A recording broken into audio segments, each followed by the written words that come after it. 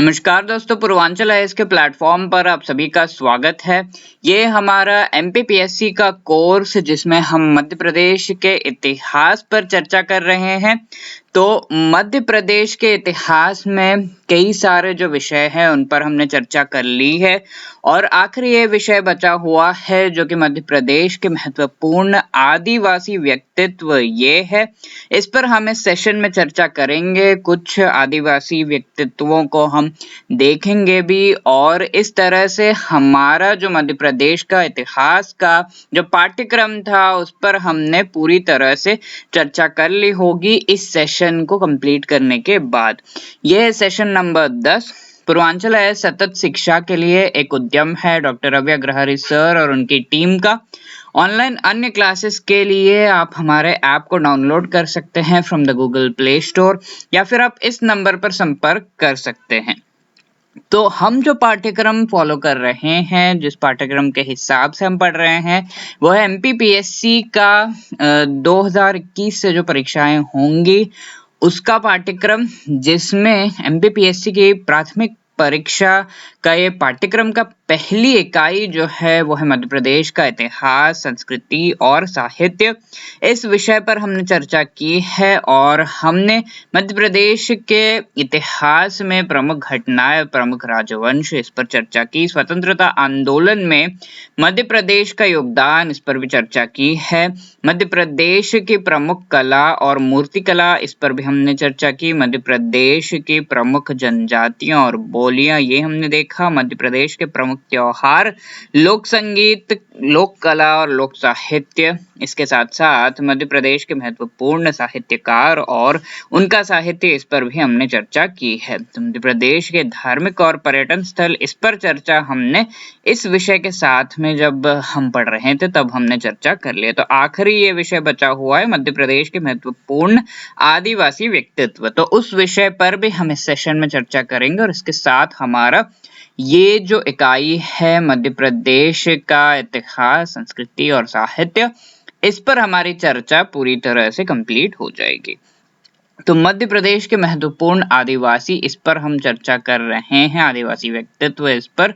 तो ये जो है इसके साथ साथ हम कुछ अभ्यास प्रश्न देखेंगे। पिछले सेशन में कुछ प्रश्नों को हमने देखा था, उनके जवाब देखेंगे। साथ ही साथ इस सेशन से संबंधित कुछ प्रश्न हम देखेंगे, किस प्रकार से ये प्रश्न पूछे जा सकते हैं हमारे एमपीपीएससी की प्राथमिक परीक्षा में, वो हम देखेंगे। साथ ही साथ उसके जवाब भी हम इसी सेशन में देखेंगे।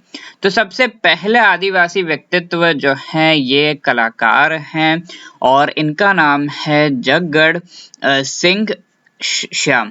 तो जगगढ़ सिंह श्याम जो है, इनका जन्म 1962 में पाटनगढ़ डिंडोरी जिले में हुआ था और इनका जन्म एक गोंड परिवार में हुआ था। तो ये गोंड जनजाति जो है उसके एक सदस्य है और गोंड जनजाति के एक सदस्य, एक मामूली सदस्य नहीं, ये एक कलाकार रह चुके हैं। तो इन्होंने जो है गोंड जो पेंटिंग है वो बनाई है और इसमें किस प्रकार से ये आगे बढ़े ये सब हम चर्चा करते हैं। तो भारतीय कला के एक नए स्कूल, तो नई तरह की जो पेंटिंग है, नए प्रकार से इन्होंने बनाने की जो है शुरुआत की और इन्हें एक आरंभिकता का जो है खिताब दिया गया और इनकी जो नई स्कूल थी, नए प्रकार से जो ये पेंटिंग बनाते थे,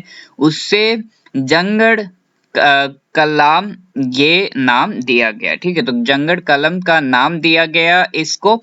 और प्राथमिक इनके जो विषय होते थे इन पेंटिंग में, वो गोंड देवता होते थे। ठाकुर देव, बड़ा देव, कलसिन देवी और इस प्रकार के जो अन्य देवी देवता हैं, गोंड जो जनजाति हैं उनके माननीय जो हैं, उन पर ये पेंटिंग बनाते थे।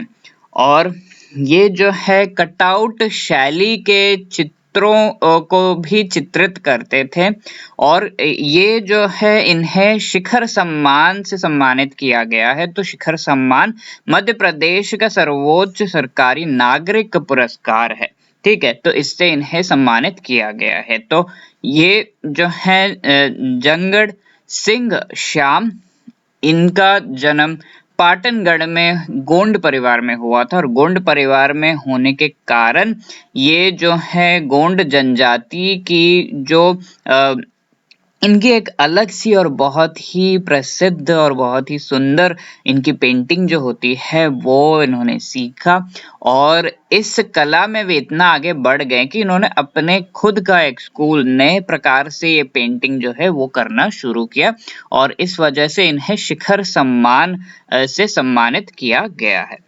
तो इनके काम को जो पेंटिंग इन्होंने बनाई हैं वो भोपाल, दिल्ली, टोक्यो और यहाँ तक कि न्यूयॉर्क तक में इनकी पेंटिंगें जो हैं वो प्रसिद्ध हैं और वहाँ पर भी बिकी हैं।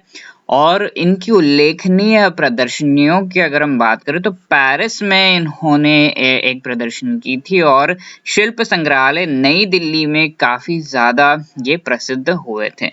और 1988 में स्पाइडर के साथ लैंडस्केप, तो स्पाइडर लैंडस्केप नाम का इन्होंने एक पेंटिंग बनाया था और इससे न्यूयॉर्क में जो है $31,250 में खरीदा गया था। तो ये एक आदिवासी कलाकार के लिए बहुत ही नई चीज, महत्वपूर्ण और पहली बार इस प्रकार से आदिवासी कला को इतना ज्यादा महत्व मिला था, ठीक है। तो इस वजह से भी ये बहुत ही प्रसिद्ध हैं और जाने जाते हैं।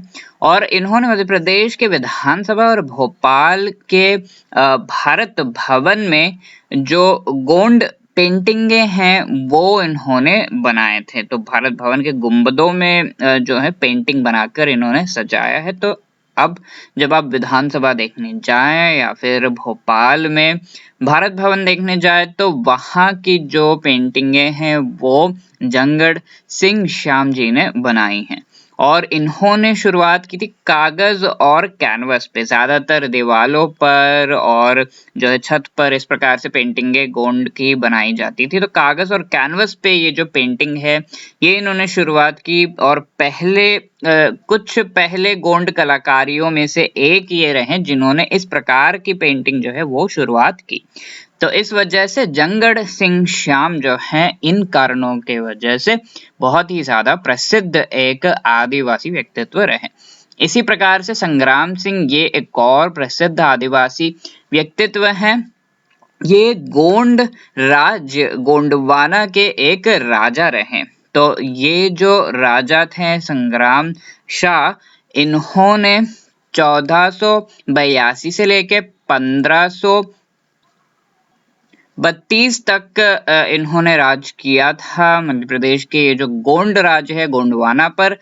और ये जो गोंडवाना राज है इसमें गोंड राजवंश के ये राजा रहे और ये उस राजवंश के 48वें शासक रहे और इनके पिता जो हैं वो अर्जुन सिंह थे और कला और साहित्य के संरक्षक के तौर पर इन्हें देखा जाता है और संस्कृत का बहुत ज्यादा इन्हें ज्ञान था।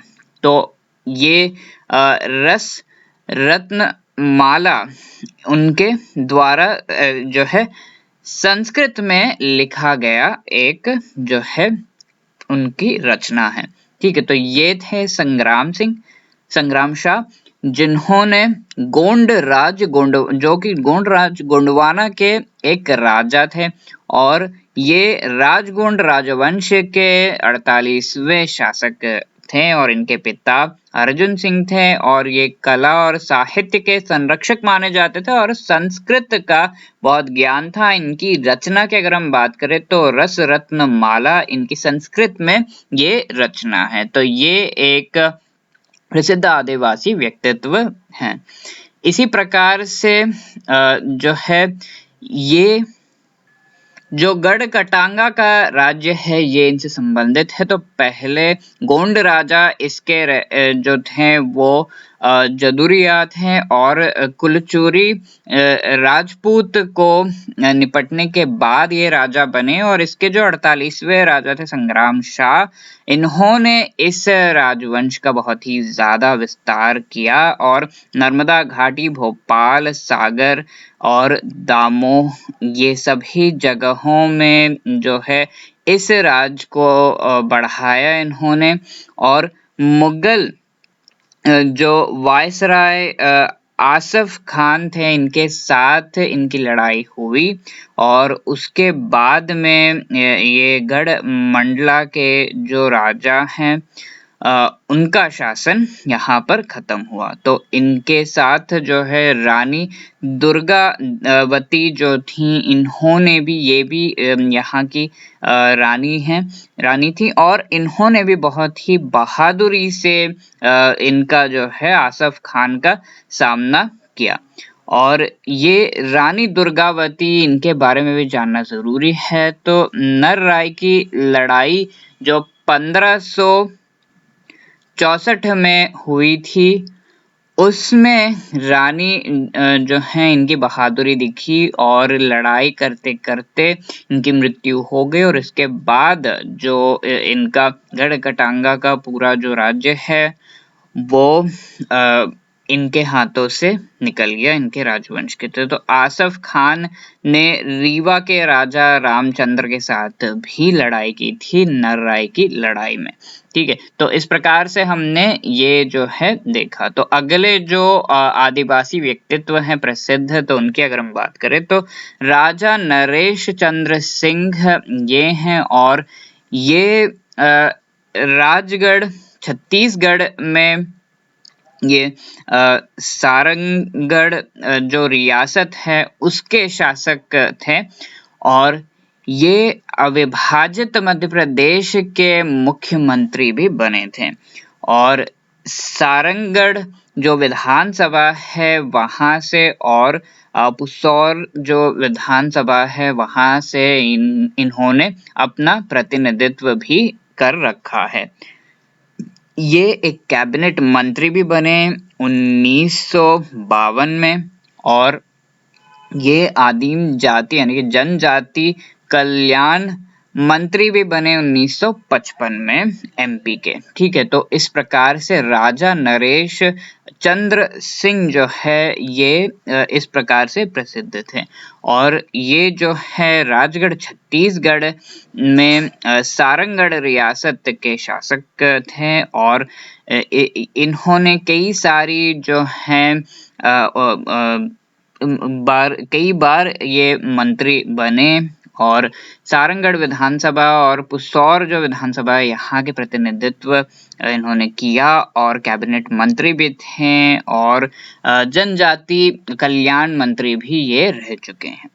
इसी प्रकार से जमुना देवी ये भी महत्वपूर्ण आदिवासी व्यक्तित्व हैं। धार जिले के कुक्षी क्षेत्र की ये रहने वाली हैं, निवासी हैं और भारतीय राष्ट्रीय कांग्रेस जो पार्टी है इनकी एक नेता हैं और कई बार विधानसभा के लिए ये चुनी गई हैं और विपक्ष की पहली महिला नेता बनने का जो श्रेय है वो इन्हें मिला हुआ है मध्य प्रदेश में। और राज्य की उप मुख्यमंत्री भी ये रह चुकी हैं। तो ये है जमुना देवी, जिनका जन्म धार जिले में हुआ था और भारतीय राष्ट्रीय कांग्रेस की एक नेता है और ये जो है कई बार विधानसभा में चुनी गई विपक्ष की पहली महिला नेता जो मध्य प्रदेश की हैं वो ये बनी और राज्य की उप मुख्यमंत्री भी ये रही।